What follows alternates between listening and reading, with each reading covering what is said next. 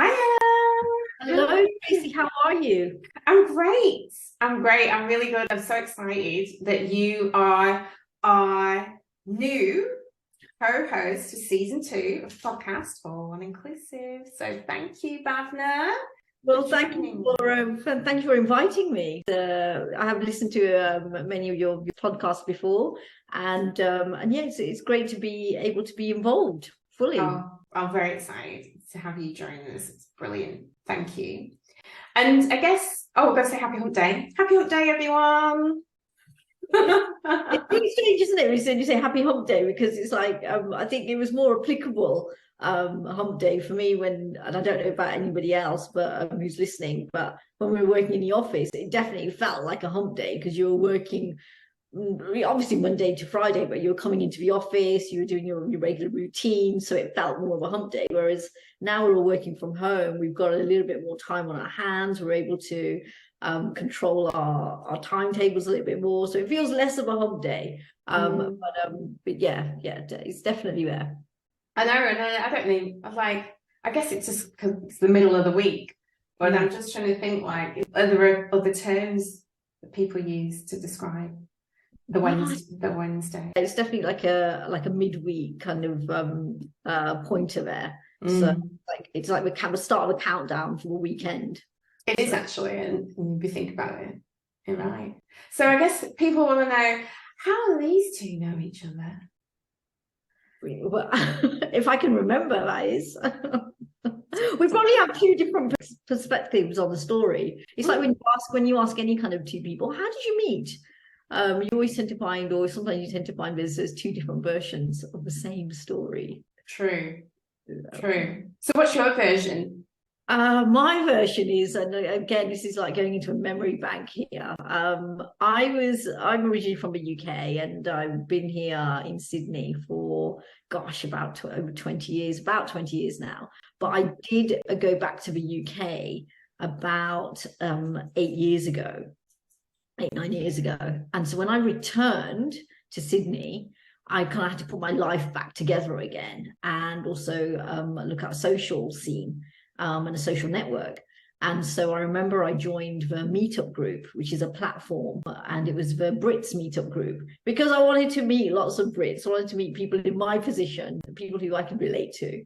And so I turned up to a Brits Meetup on my own, and that's where I saw yourself.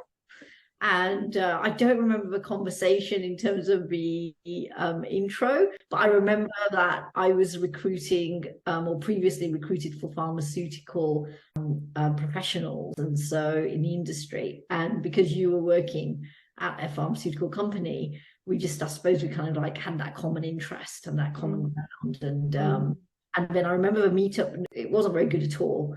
It was, it just didn't feel like a great night. And so I think we ended up leaving the group and having our own drink elsewhere. And we've been meeting up for drinks and cocktails and fun and frolics ever since. That's about it. Yeah. That's my version. Yeah, no, that's pretty much the same version I have. Although I did forget that we'd gone for drinks afterwards. I remember this similarly. Actually, was going to meet, like, full disclosure, please don't judge me. I was wanting to meet a guy. Oh, I see. So there was an ulterior motive there. Yeah, there's a motive for everybody being there. Mine happened to be, maybe, I could meet a Brit. I'd have more success.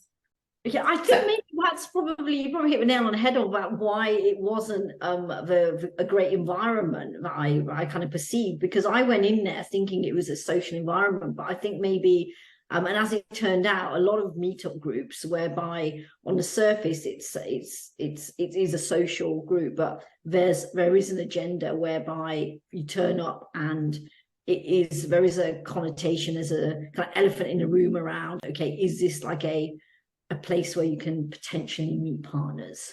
Well, I think anywhere you go, any social place is a potential place to meet partners if you're single. But maybe not everyone has that agenda. Maybe some people just or maybe some people's primary agenda is just to meet people. which is reasonable, especially when you're new, or you know, you need to make new friends at different stages in your life. And I remember being there with Joe, so we both met Joe. Joe was there as well. Because I don't remember meeting Joe on that night. I only remember my memory bank in my archives.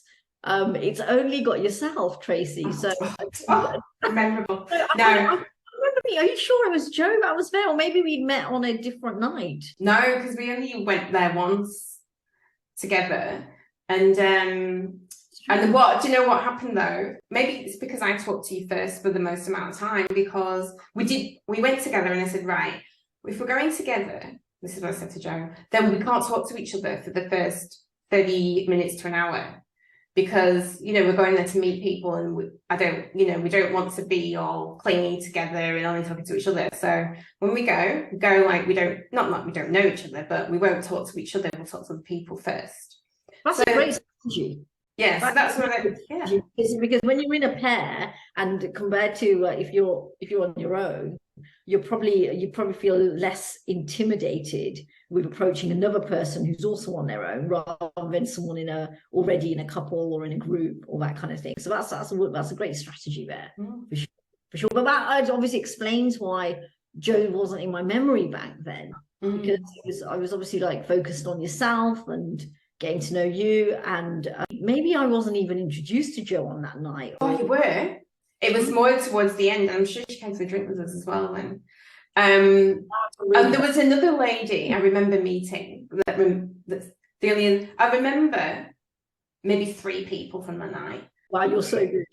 Two, the organizer, the guy, I can't remember his name, but I remember that he organized it. And then a lady, because she was black, and the only black person there, that's why I remember her. And then there was another lady who was a lawyer, and I do remember getting her phone number. But this is what tends to happen when I go to social things. I tend to meet women, even if it's an actual intended singles night. I tend to meet women that I connect with, as opposed to men. But anyway. Well, I suppose I'm on the other spectrum, whereby I end up meeting or end up always chatting to the person in the room, normally the guy, whose only agenda is to actually get with somebody. So unfortunately, that's been my experiences. But that hasn't put me off. Not necessarily meet up, but other social events where, you know, I basically put myself out there and get involved. Yeah, I mean, so I always have fun. I can't really say I've been to somewhere. I mean, I have been to somewhere and it's not been great. However, I've always got something out of it. I've always found my fun. Find your fun. It's anyway, like keeping an open mind, isn't it, really? True. And do you know what? I've just realised we haven't said Happy New Year. It's the first. Oh, of course. Yes. Happy New Year.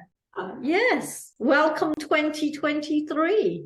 Yeah. I suppose that kind of it's a first hump day from 2023, is it? Or probably the second. Well, it won't be the first one because I had a bit of a break and the jam. But the first episode of 2023. Right, here we are. Where we have a beautiful new host. And we spent New Year's Eve together. We had a great time for the most part. It was good. I just I don't remember ringing in the new year. I obviously had one too many cocktails. Do you remember the fireworks? Well, it wasn't the most memorable New Year's, but it was all self-imposed. Oh well, you were on form. You were great guest, and people talk about how they enjoyed talking to you, and I saw you having a good time, other than the fact that you overdid it a bit, I'm sure. So it's an excuse for me to do it all over again when I'm actually in a better state of mind, whereby I can actually introduce ringing in the new year again. Maybe I might just kind of have to reenact the whole thing again. Actually, because the fireworks are coming up on Australia Day.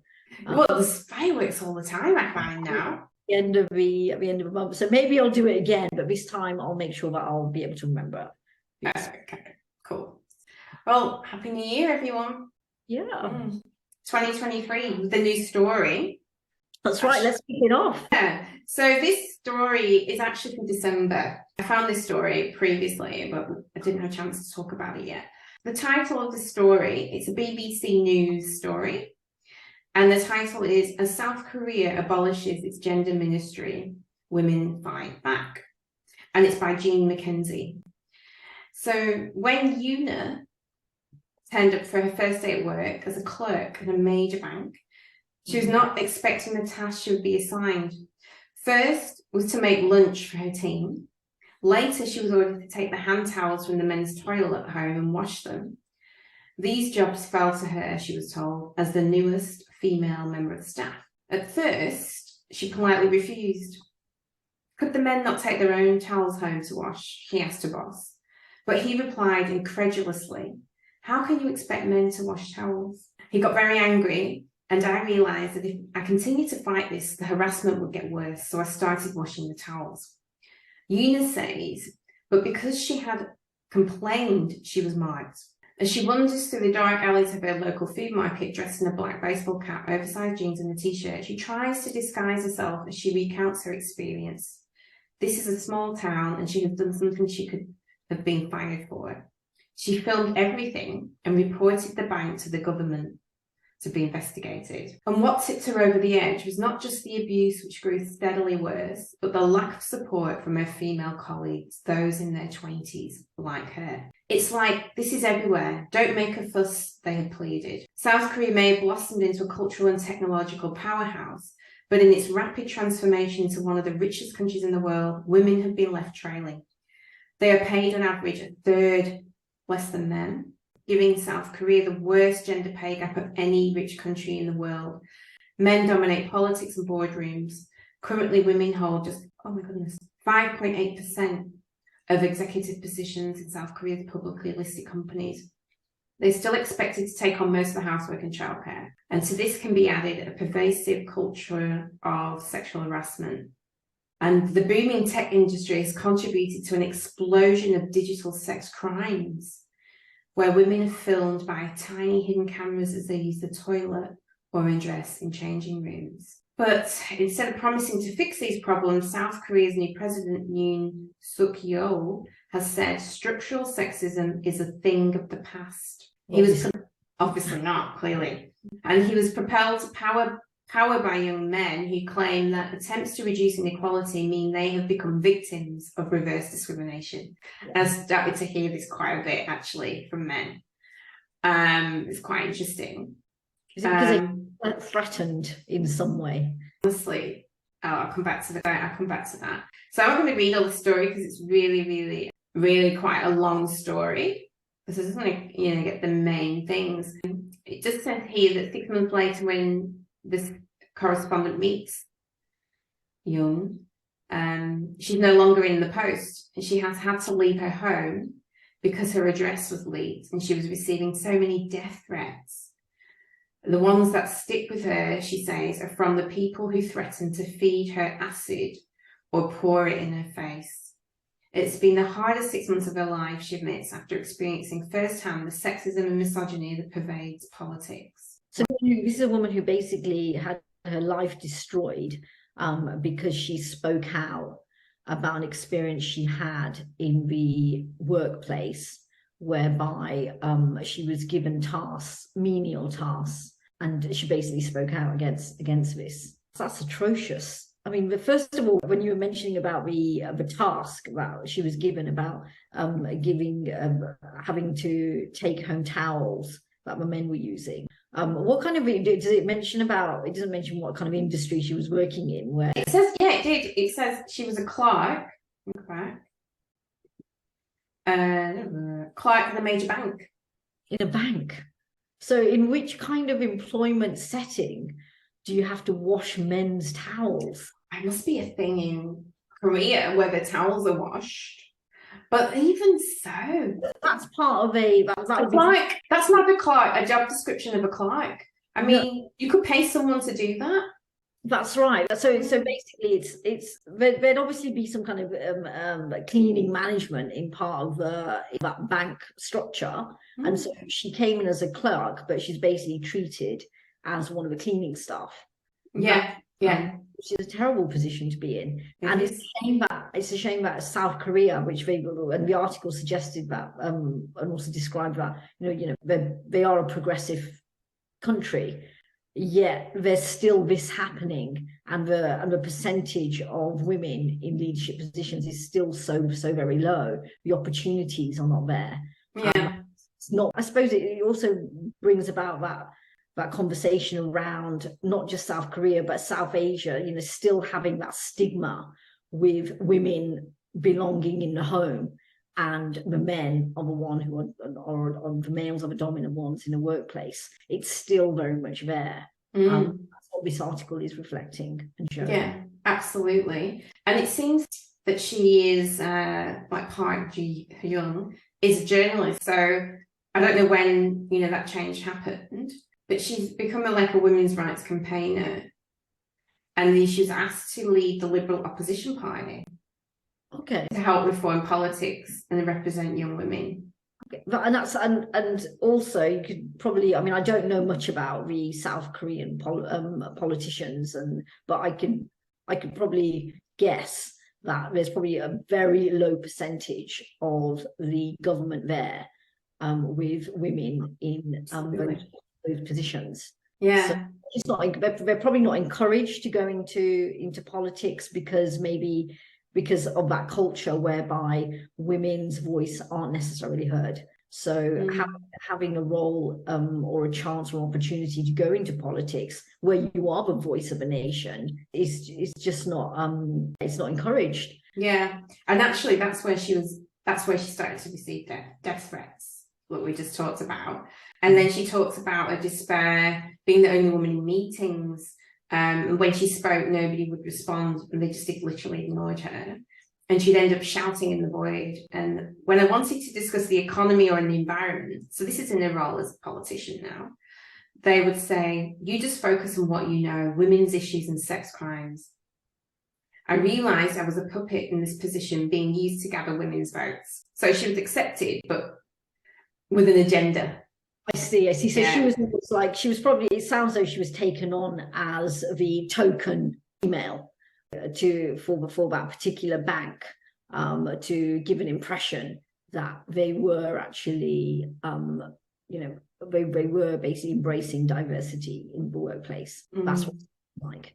And it's not far off from, that's not far off from what's happening on this side of the world, whereby you do find only one or very few females in a boardroom, and they've got to fight harder for their voice to be heard. So yeah, and discrimination. I know someone that had some really, really bad sexual discrimination at a high level, and was basically told when she went to talk to HR about it, what would you want to do if you take it any further? Your career will be ruined. So she didn't. So it's like a choice, and it's true, because if you think about the lady that's taken that guy to court, the politician, Brittany, is it Brittany? Yes. Yeah. She either, the choices. And I think she's very brave for what she's done to take it far. She didn't win, did she? She had to go. It had to be settled as a civil. Yeah, there was a settlement around it. Yeah. So, but then nobody's going to touch her now. Like her only thing is become an activist and a voice. Continue that as a role moving forward, which I hope she does. Yeah, it's a shame. I remember when I heard of a result, I was thinking to myself, other women, other females in that similar type of situation are now going to be questioning whether or not they should speak out. Because if they're seeing that and seeing the result, and there was so much backing for Brittany, and then seeing the result, I did think to myself it was disheartening, because I was thinking about all the other females who are in similar situations, and they'll come, then their voices won't be heard, because they won't feel that, they won't see that that example of justice, I suppose is the word. I know. It just sounds like in some places it seems to be getting worse. But anyway, this lady's being interviewed, and she's saying, as we're talking, a waitress brings over a large plate of cakes on the house. Thank you for fighting for us, she says, embarrassed. And Park laughs. This has never happened before. During her short time in politics, she became an icon for young women who felt they had no one to represent them. And in 2018, South Korea spawned Asia's first and most successful Me Too movement. But in its wake, a wave of anti-feminism coursed through the country, fueled by young men who were concerned that in their hyper-competitive society, women were gaining the upper hand. They take issue with having to complete compulsory military service, which stops them from working for up to 2 years. They have succeeded in turning feminism into a dirty word, with some women now embarrassed or even afraid to use it. But more significantly, they got the president to respond to their rallying cries. Women have been deprived of their rights in the past, but a lot has been resolved, says 37-year-old Lee Jun-suk, whose idea it was to close the gender equality ministry. He led the winning party into the election, helping it attract young male votes. Gender equality has entered a new phase. We need a new system that looks beyond feminism and focuses on the rights of all minorities. So I guess that's the justification for closing the gender equality ministry, because it's focused on gender as opposed to basically women, and not all minorities is what their excuse is. But yeah, I think that's a terrible reason to close it. Yeah, again, it could be down to the culture, in the sense that, like, I suppose it's the South Asian culture. There is still that stigma around women, so it's that region's got to fight a little bit harder than everywhere else to really break through. Yeah, exactly. And then there's a few stories about some other stories about women that have suffered, I guess, but I'm not going to really go through them all. But it's, I suppose, in that, when you're in that type of position, you must feel very much alone. Like, not just going back to the boardroom, whereby alone in the boardroom with just your perspective, and then you've got to fight for your voice to be heard. But then even out of the boardroom, when the article was saying that, there wasn't any support, especially from the female colleagues in the bank, that makes it even worse. It should be a case of, and I don't like using the word should, but it's disappointing to hear that, because as females, it's like, we basically, we should be able to stick together. We should be able to appreciate each other's point of view. And it's a shame that the other female workers in the bank weren't able to support this young clerk. Because it must be a very lonely position to be in when you're in that boardroom fighting for voice to be heard, and then also a very lonely position outside of the boardroom, because you don't know if you're going to be taken seriously if you report yourself. So, but that's why it's brave, right? And this feels like, because when you say you use words like fight, it feels almost like a war, and it's horrible to have it be in that context, because you've got some women basically standing up for the right to be treated with respect, be treated equally, and not have these gender norms enforced on them, to be safe, to be free from sexual harassment, and to have equal pay for equal work. So, and then you've got men feeling threatened, like there's this threat to their livelihood, and that it's not fair to them, and that they're being discriminated against. It becomes like a war. And then this is what it says. And I feel like it's not constructive. We kind of need to see each other's side, because now what's happening in South Korea is saying women who do not want to sacrifice their careers are now simply choosing not to have children. The South Korea's fertility rate, the average number of children a woman will have in her lifetime, has fallen to 0.8, the lowest in the world. Well, is that because of the opportunities, the job opportunities for women in South Korea are minimized because there isn't enough structure around maternity leave? There isn't enough support around women in the workplace. I mean, yes, in the article it mentioned about a salary being significantly lower than their male counterparts, but also if they're going for opportunities, and there may be a connotation that, okay, there's a starting of a family, there's family planning involved. Maybe they wouldn't get that opportunity. So maybe there isn't any. Maybe there's limited opportunity. Yeah. Women in Korea because of having children, and therefore that's now impacted the economy, because women in South Korea may be putting their careers first and therefore not thinking about children. Yeah, well, it's probably a really complex situation. You're right. It's probably partly that as well.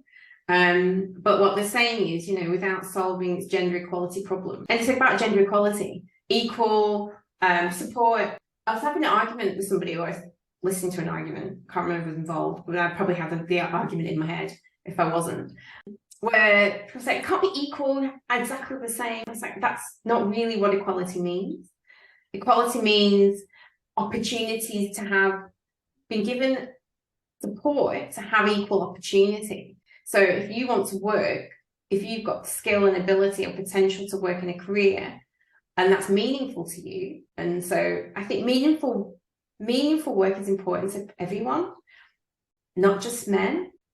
And I remember this was an argument in the pub up the road with this guy who was very strongly talking about, it was basically saying the man has to be a provider, and like men have some sort of get my words out, some sort of natural desire to be the provider. He said men would die to provide. Like that's how kind of. Also, was he talking about the caveman theory?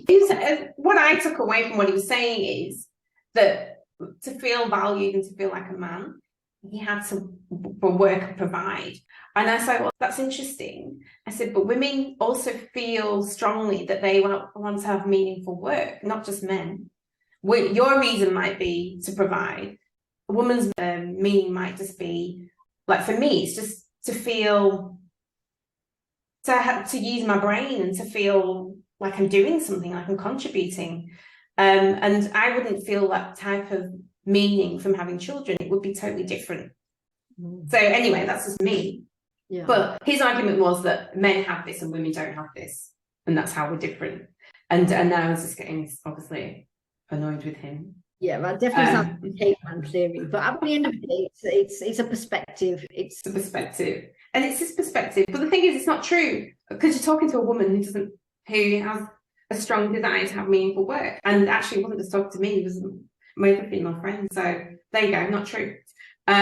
Looking in the face, so, but it was just that argument wasn't resolved then. No, it was quite funny. It was actually funny because he was trying to hit on my friend, who's a very successful young woman, very ambitious, right, and is going to go far, and loves what she. That must have went down well then. Oh yeah, it's quite funny.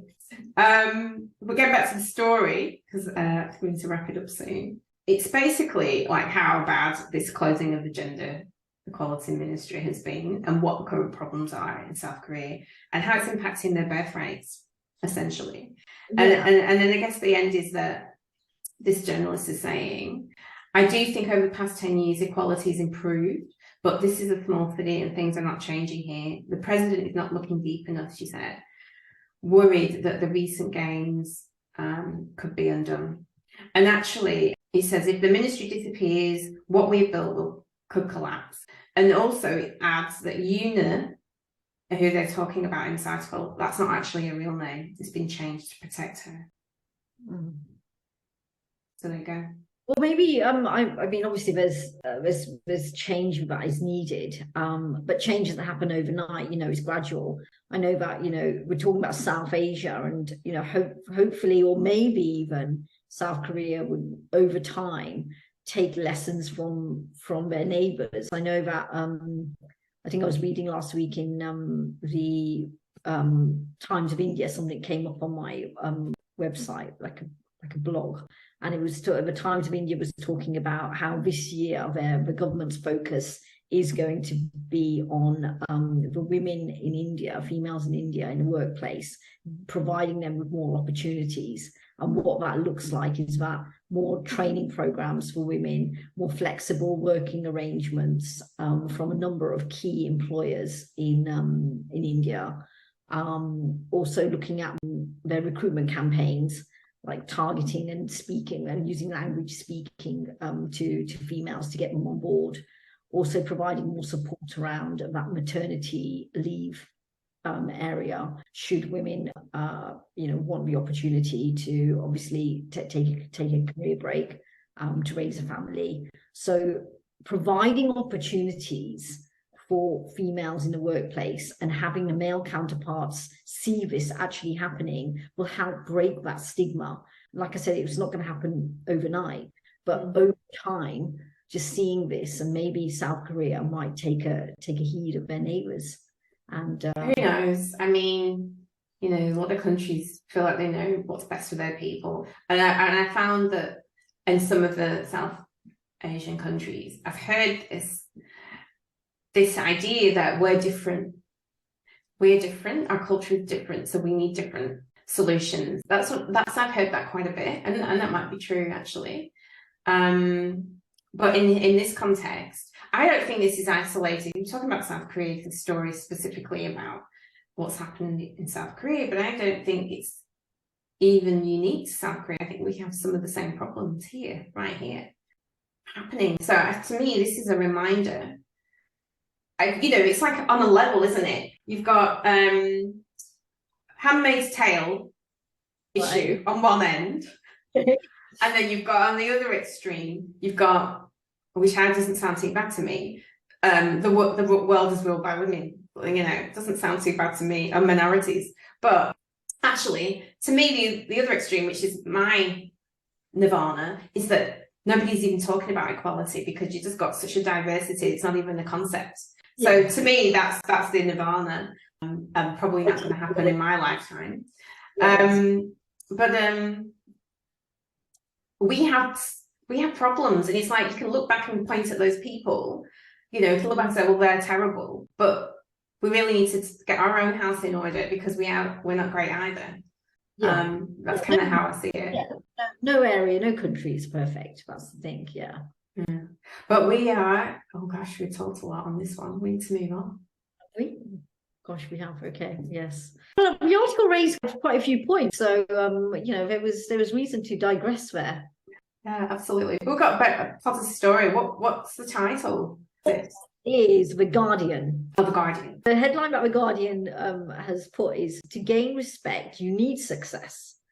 And that really got my attention because it's basically, this headline is a quote, and it's by a transgender lady called Anne Jakrajutapit. Oh, wow. Well, good. Well done. Pronounce that surname correctly. Anne, who's 43 years old, this is her story, and she's one of Thailand's most well-known media moguls. I've never heard of her, but then again, I'm not in Bangkok. It's where she grew up, in Bangkok, and she felt like she was trapped in the wrong body. And at school, she faced constant bullying and stigma. She tried to carefully manage her identity, showing what she believed to be her true self in front of her friends and acting as a good son in front of her parents. She experienced sexual harassment while still a child. And it was reading a local newspaper article about Oprah Winfrey, of course, that led Anne to want a career in the media and to become a TV chat show host. A microphone seemed like a powerful weapon. That's what she said. Achieving fame or business clout was the only escape to find acceptance as a transgender person, she said, because you are seen as the weird person. They don't embrace the differences, she recalls. And that's why she's put, in order to gain respect, you need to have success. And the reason why she's made the headlines is because this week, Anne Jakrajutapit, who is the most recognizable media tycoon in Thailand, she's basically bought the Miss Universe organization. for $20 million. This is, it says, in its 71-year history, it has been owned by a succession of men, including Donald Trump. And now Anne is the first woman to own the company.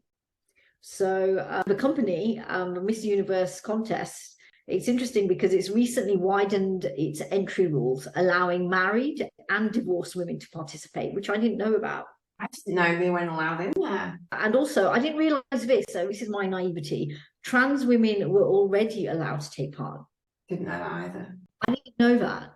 So there you go. And I thought it was really interesting because, first of all, the headline, the idea about Anne, who is transgender, she's basically said to gain respect, you need success. And for I thought to myself, well, for women, does that mean it's like a chicken and an egg? Do you need respect to gain success, or do you have to have success to gain respect? Good question. Personally, and in the line of work I do as a coach, I feel that you have to have respect for yourself first, because it's respect for yourself that creates the mindset to be able to create a life that you want for yourself. So if you don't respect yourself, that's never going to happen. And I understand what she's saying, because I remember another story, and I don't know where I heard it, was about Oprah. Similarly, where Oprah's gone to talk to people in a town or something that's kind of a really racist town, where they're really racist, basically. And she's talking to them, and they're really friendly with her, and she's asking them about their ideas and thoughts, and they're talking about saying really terrible things about people, all like, they're murderers, they're this and all this kind of stuff. And she says, but I'm Black. And they say, yeah, but you're Oprah. And this is my interpretation. She's very successful. Yeah, she's been in the media as this successful woman for a very long time. Does a lot. She's a philanthropist. She's this beautiful soul. And is she respected because she's successful? Yeah. So it comes to this point this lady is making. But again, in order to be successful, you have to respect yourself.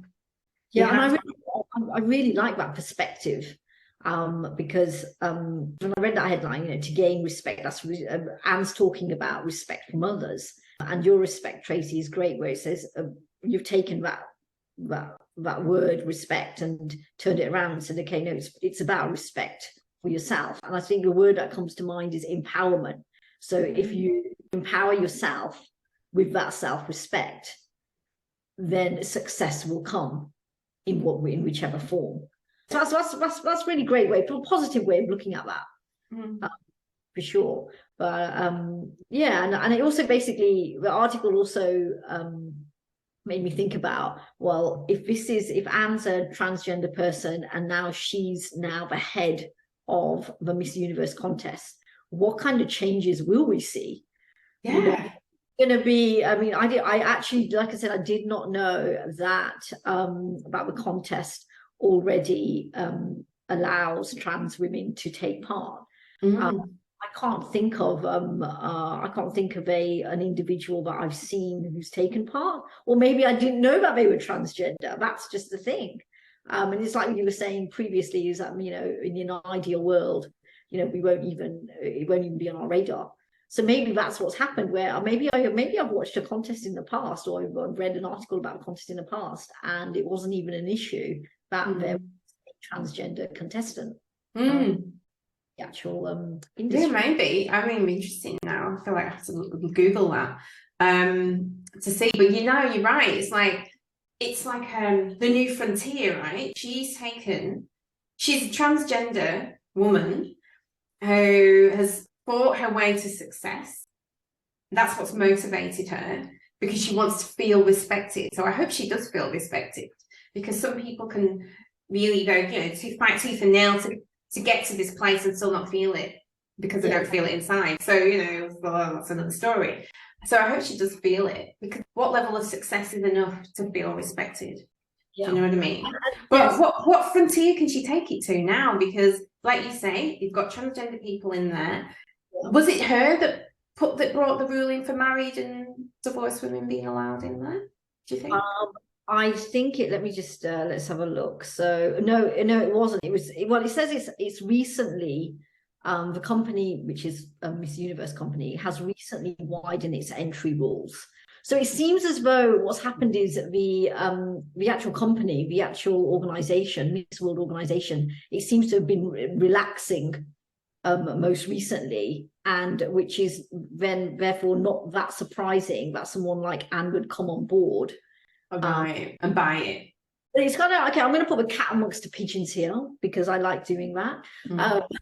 Because some would say, some would argue that this isn't necessarily a step forward for Anne, because Miss Universe in itself could be deemed an industry or an organization which is not empowering women.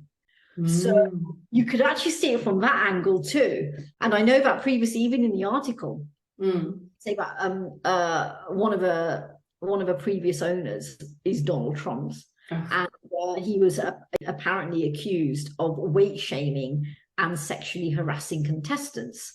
So knowing that, with that knowledge, I suppose you could counteract the argument about Miss Universe organization being demeaning to women, saying that someone like Anne has now stepped in to now turn that perspective around.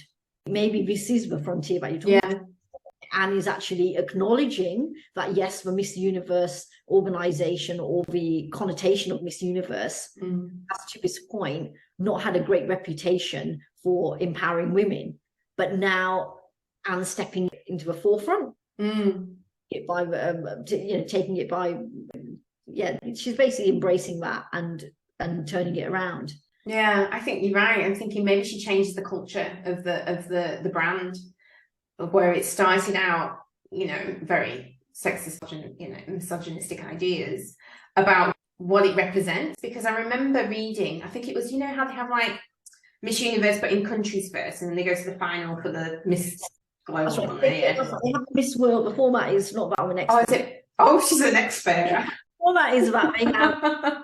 In each country, you have a number of different beauty pageants from each different region, and then they all compete and in their own different country. So they become a Miss Australia or a Miss Philippines or a Miss UK. And then the next level up is when they all come together, and that's Miss Universe. Yeah. Okay. Well, we did a story in season 1 of Miss UK, but she was I don't think she won. She was like a finalist, and there was this, they have different areas, different regions, in the different heats. That's it. And there was this heat, I think, where you have the option not to wear makeup, and she was the only and the first person not to wear makeup in the heat. So it was a story we talked about. So that type of thing could be part of the new culture of Miss. And actually, they're going to have to change to Miss Universe if they're allowing. Yes. Again, maybe that's something Anne could look into. But it's interesting how you mentioned about there was a contestant who took it upon herself to not wear makeup, and so in that example, you can see how a female in a contestant in the Miss Universe pageant is basically empowering herself to stand up for what she believes in. And she doesn't need to be the head of Miss Universe. But now here we see a transgender person actually stepping into the head position. Yeah. Do you know what I think we should do? Let's give some suggestions to Anne how she could make this. And send it to a Twitter account or a social media platform that she uses. Yeah. Some ideas. Off the top of your head, I'm thinking more body positive images. So women of different sizes and shapes and colours. It should be more about who you are on the inside. Do they still have the bikini swimwear suit? Is there anything wrong with swimwear? Personally, I get where it comes from. Depends what lens you view it from. If you're viewing it from the lens of this is purely about physical beauty and an idea of what that is. Or you can just view it from, because I love dressing up and getting dressed up. And so if there's different heats with different clothes and one's swimwear, who cares? In that way. But if they have different shapes and body sizes, because again, with the swimwear suit heat, if they have that, then yeah, it'd be great to see different body sizes, different body shapes, without it sounding like or seeming, or the end result being like a Dove commercial. I like Dove commercials. Dove commercial. It's like I mean, I'm wondering how the Miss Universe contest will look in years' time. Will it resemble a cross between the Dove commercial and RuPaul's Drag Race? Yes, that would be fun. Exactly. Now, how many people would tune in to watch that?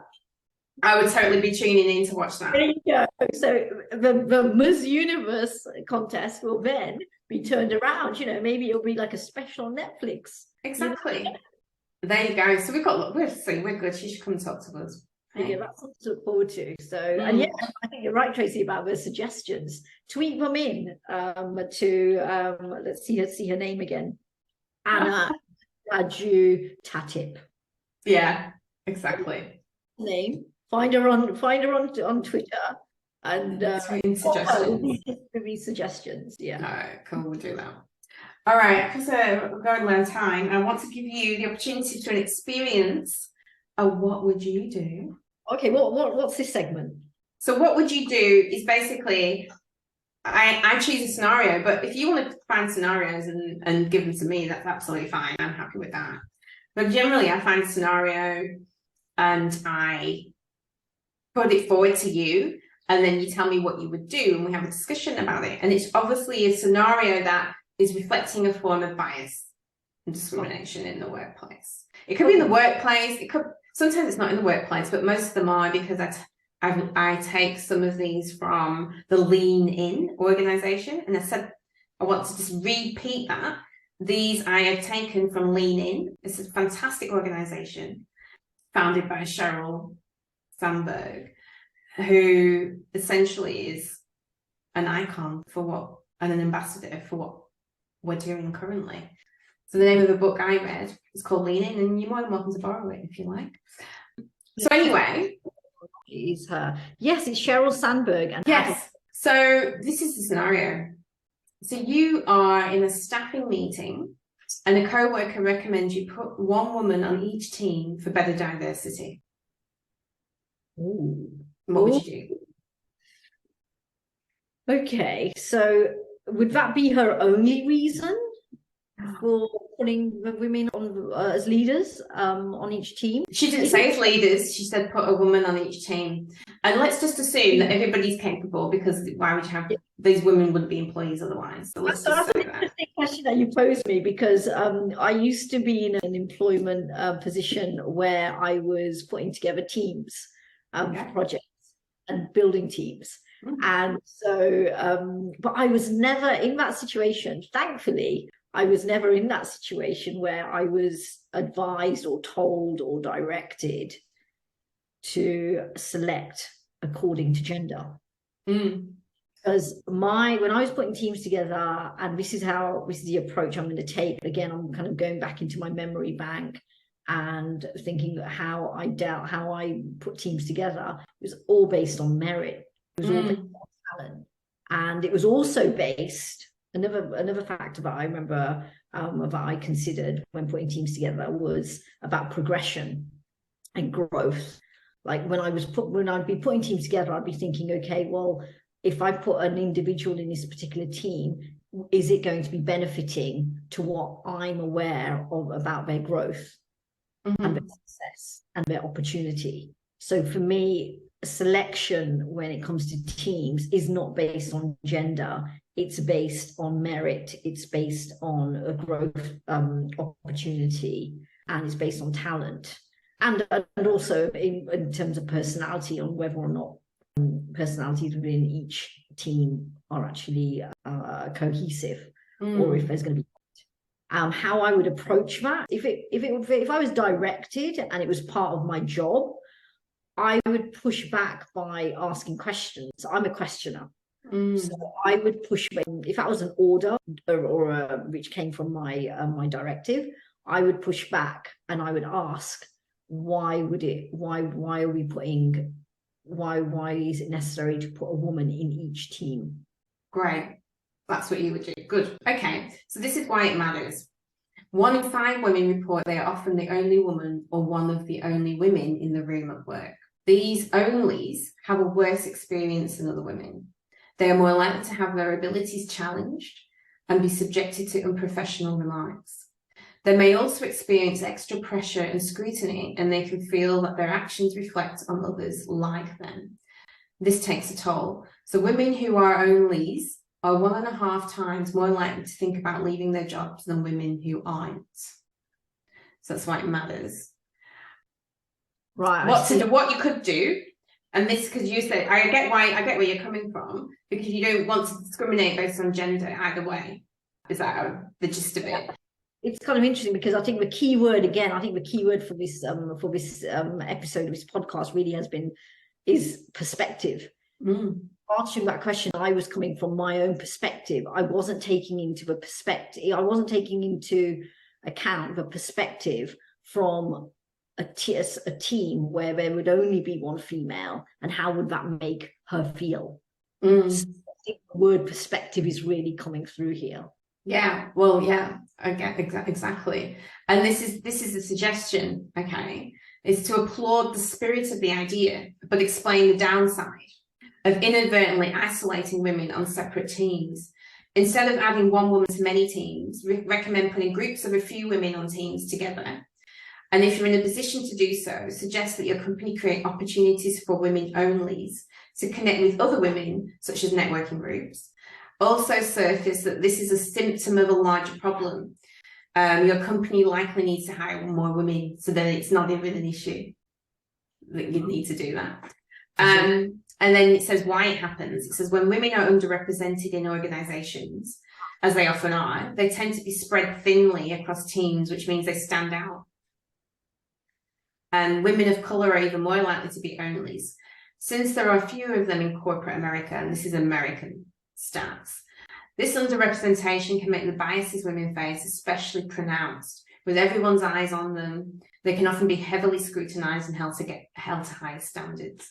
And as a result, they feel pressure to perform, on guard and left out, and may be less likely to speak up and contribute fully. Right. Okay. I think, I mean, that's, gosh, really interesting, because I suppose with that scenario whereby if I was directed to put a woman in each individual group, that's a very top line approach, because what it's doing in that sense is like, so I answered that scenario by saying that it would depend on many factors. One of them was, I mentioned personality, that conflict, and also I mentioned about progression. And so if you're, I suppose I'm going to be sharing from my own experience, whereby I used to work in the advertising industry, and it's a very cutthroat industry, and there's some very strong personalities, both male and female, in that particular industry. But at the same time, there's also a lot of creatives who can be quite introverted. And so that's the idea of personality, whereby if you're putting teams together, you go on merit, and let's say, for example, there's a female in that in that selection group, and they are of a very strong personality, I wouldn't hesitate about putting that woman in a group where she's on her own with males, because I know she's got a very strong personality, and she can hold that room, and she's confident in speaking her voice and speaking her mind and speaking her opinions. Whereas if I knew that there was a male who's more of an introvert and has lots of merit, that's when I would probably consider, okay, who else does this individual work well with? And I can put them both in the same group. And so it's a very top line scenario to only say, okay, because some women may not feel as confident on their own in a group, to then also tag everyone and tarnish every woman with the same brush. Yeah, goes deeper than that, and that's why I'm saying it's top line. Yeah, exactly. And that's why it's discussion. Really good point you make. Not all women behave this way, but this is talking about the stats and the standards existing in America when they produce these scenarios. And so what's interesting here, what I think this is really about, is it's about underrepresentation. So to even have to say, oh, can you make sure there's at least one woman in each team, means there's not enough women, because that should naturally happen when you're creating teams. If you've got, you know, enough women in your organization, it should just be, it should just happen. So that's obviously why there's a need to have diversity in teams. Diverse teams, you're generally more successful. And like you point out, it's not just diversity of gender, it's diversity of personality, skills, merit, ability. That's absolutely a absolutely valid point. That's what you're looking at. But also you've got to consider that if you have underrepresentation, you may have, not always, women that haven't had the opportunity to show their potential or to reach their potential. See, that's something else to consider. And it's really good that that's what you would have done anyway with teams. You're considering people's potential and growth to grow. So that's wonderful. But I think specifically for this scenario, it's more about the fact that there's already underrepresentation, and looking at the other perspective of being the only woman in the team, which can have a completely different dynamic. Because it's okay if you feel confident, you've got a voice. I've had this myself. Yes, I would consider myself very confident and very confident, happy to speak up. But if I feel, I'll be honest, if I feel that I'm the only, and there's a lot of other strong personalities, I'm not as confident to speak up. That's me. And like I say, like you say, you know, every woman is different. So I think it does help to consider that only factor and the impact it can have on the dynamics of people in a group. Yeah, and I think you've definitely hit the nail on the head, Tracy, when you say about that scenario whereby, I said about, I question that, but you've hit the nail on the head when you said about, well, that situation it's probably only come about because there's not enough women there in the first place. So in essence, it's about going back to the origin. Yeah. Well done. That was your first. What would you do? Wasn't so bad. So again, it's great food for thought. And again, we've slightly digressed, but yeah, definitely. And it takes me back to my previous advertising days when in those scenarios.